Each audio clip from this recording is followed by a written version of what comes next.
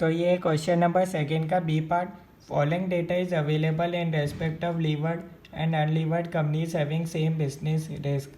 ठीक है, capital employed 2 lakh दे रखा है, EBIT है 25,000, KE बता रखा है 12.5%, डेब्ट है, इक्विटी है। ठीक है, लीवर्ड कंपनी का मैं मतलब बता देता हूँ। ऐसी कंपनी जिसके अंदर डेब्ट है, लोन ले रखा है, उस कंपनी को अपन लीवर्ड कंपनी बोलते हैं।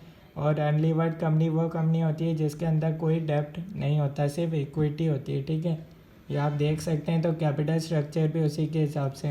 N investor is holding 12% shares in levered company. ठीक है, इसके अंदर 12% शेयर्स खरीदे रखे हैं। Calculate the increase in annual earnings of investor if he switches over is holding from levered to unlevered company. वो स्विच करना चाह रहा है भैया, कंपनी चेंज करना चाह रहा है, तो आपको बताना है कैलकुलेशन करके। ये एकदम सेम आपकी बुक का क्वेश्चन ही है। ठीक है, तो इसका फिर भी मैं आपको सॉल्यूशन बता देता हूँ ताकि आप अपना आंसर चेक कर सकते हैं।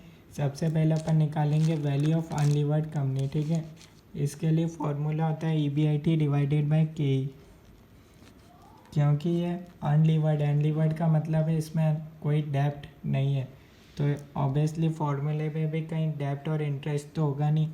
EBIT है 25,000, KE आपको दे रखा है 12.5%। ये अपना आ रहा है 2 लाख। ठीक है, अब एक अपन निकालेंगे वैल्यू ऑफ लीवर्ड कंपनी। इसके लिए फॉर्मूला होता है डेब्ट plus EBIT minus interest divided by KE। ठीक है,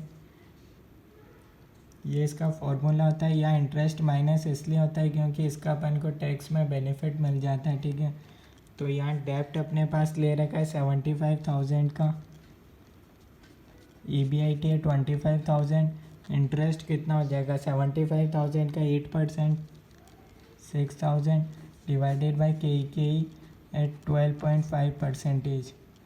तो ये आप सॉल्व करोगे तो आपके पास आ जाएगा 2,27,000। ठीक है, अपन देख सकते हैं भैया value of levered company is greater than value of unlevered company. ठीक है, इसकी वैल्यू 2,27,000 है। ठीक है, तो अब क्या हो जाएगा, EBIT में से 25,000 है, माइनस करेंगे इंटरेस्ट 6,000। उसने कितना ले रखा है 12% शेयर्स खरीद रखे हैं, 12%। ठीक है, तो 2,280 रुपये का है। ठीक है, अब क्या करना चाह रहे हैं, वो सेल करना चाह रहे हैं अपने शेयर्स को, सेल प्रोसीड्स करना चाह रहे हैं 12% शेयर्स इन लीवर्ड कंपनी। ठीक है, तो उसको कितना मिलेगा 2,27,000। तो इसकी वैल्यू है। इसमें से अगर अपन डेब्ट को माइनस कर दें, डेब्ट का अमाउंट है 75,000, इसका 12% अपन निकालेंगे तो कितना होगा 18,240 प्लस लोन इसलिए लेंगे ताकि टू मेंटेन सेम रिस्क, इसलिए अपन आंसर निकालेंगे। तो यहाँ हो जाएगा 75,000 टू मेंटेन सेम रिस्क, इसके लिए। ठीक है, तो 75,000 का 12% हो जाएगा, यहाँ हो जाएगा 9,000। दोनों का सम करोगे तो हो जाएगा 27,240। ठीक है, अब प्रोपोज्ड अर्निंग। ठीक है, अब अर्निंग के लिए बात कर लेते हैं। प्रोपोज्ड अर्निंग कितनी होगी, EBIT 25,000 plus value of unlevered firm है 2 लाख इंटू 27,240। तो ये आपके पास आ रहा है 3405, माइनस कर देंगे इसमें से इंटरेस्ट ऑन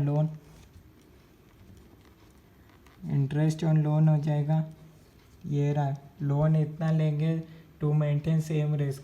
ठीक है, तो ये हो जाएगा 9,000 का 8% डेप्ट है ना, इसलिए।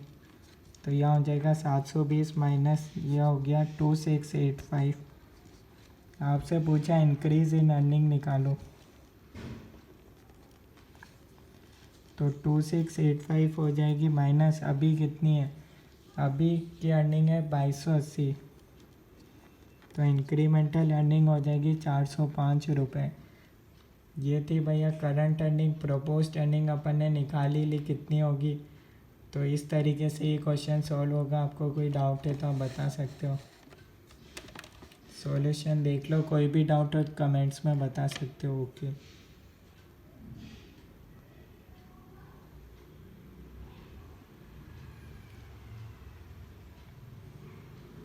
पहले अपन ने वैल्यू ऑफ अनलीवर्ड कंपनी निकाली, वैल्यू ऑफ लीवर्ड कंपनी निकाली, फिर करंट अर्निंग निकाली अपन ने। जो प्रपोज अर्निंग होगी उसमें से करंट अर्निंग को माइनस करना था, बस यही था इसका सॉल्यूशन। कोई डाउट नहीं होना चाहिए। यहाँ loan from open market to maintain same risk, इतना आप पूरा लिख सकते हो।